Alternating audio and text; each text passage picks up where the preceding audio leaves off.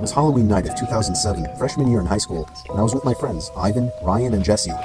We were all dressed as the Super Mario characters. I was Luigi since I was the second tallest. Ivan was Mario since he's short and buff. Not that Mario is buff. Jesse was Waluigi because he's freakishly tall and skinny, and Ryan was Wario because he's just really fat. So they were the perfect group costumes for us. We live in a very non-congested suburban neighborhood with a decent amount of space in between houses. On Halloween, that's the worst thing ever. Less bang for your buck. We were trick-or-treating for hours, way past dark, and eventually came the time when most trick-or-treaters were heading home. My feet started to hurt, and I had to constantly switch arms for holding a now 10-pound pillow sack of candy, but we planned on going until our bags were completely full. A lot of the houses by now weren't answering anymore. It was probably past their cutoff time for giving candy to trick-or-treaters. Approaching our next house, we saw a purple bucket on the stoop, which was the best feeling ever. I was the one to get close enough to realize it was empty, which was the worst feeling ever. I turned around when I heard a knock at the window of the house. We all looked at the window. Couldn't see anyone, but heard someone call out, "Wait." The door opened, and an older man, late 40s, already balding, stepped outside. He told us to come inside so he can get us some more candy. I said we could just wait out here. He responded saying something along the lines of, "Nonsense, come on in, we'll get you your candy." Ivan stepped in and said, "It's alright, come on Dan, let's go." I told the guy to take care and apologized. He just stood there watching as we walked off, not saying anything.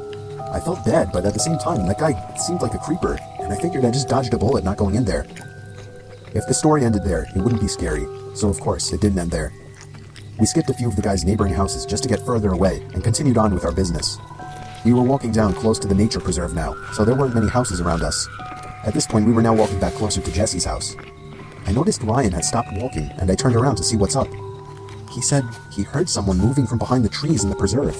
Now this was before everyone's phones had flashlights, so we couldn't just go searching in the woods for someone. Besides, we were just telling Ryan that it must have been a raccoon or something. You may think this is a bit of a cliche, but when things like this happen in real life, you always assume the more logical possibility. It's just natural. Why would we assume we were being followed? I had to put my arm around Ryan's shoulder, nudging forward. A little ways down the street, me and Ivan picked up on the sound as well. When we all stopped, the sounds of the footsteps from beyond the trees stopped as well. Ivan yelled at the obvious stalker to go away, or we would beat the shit out of them. I knew he was just bluffing though. I could hear the nervousness in his voice. The snap of a twig from beyond the trees triggered a fight-or-flight response in all of us. Me, Jesse, and Ryan all ran for it. Ivan was at first charging to attack, but he quickly followed after realizing we had all taken off. We ran down the dark street, and we all noticed the sounds of at least 2 or 3 pairs of footsteps crushing the twigs and leaves in the woods. We banked it hard right down Jesse Street when it finally came up, and ran straight for his backyard, entering his house through the back door. The first thing we did was peek out through his living room window. We couldn't see anyone. We all had to gather our thoughts and discuss what the hell just went down in his living room when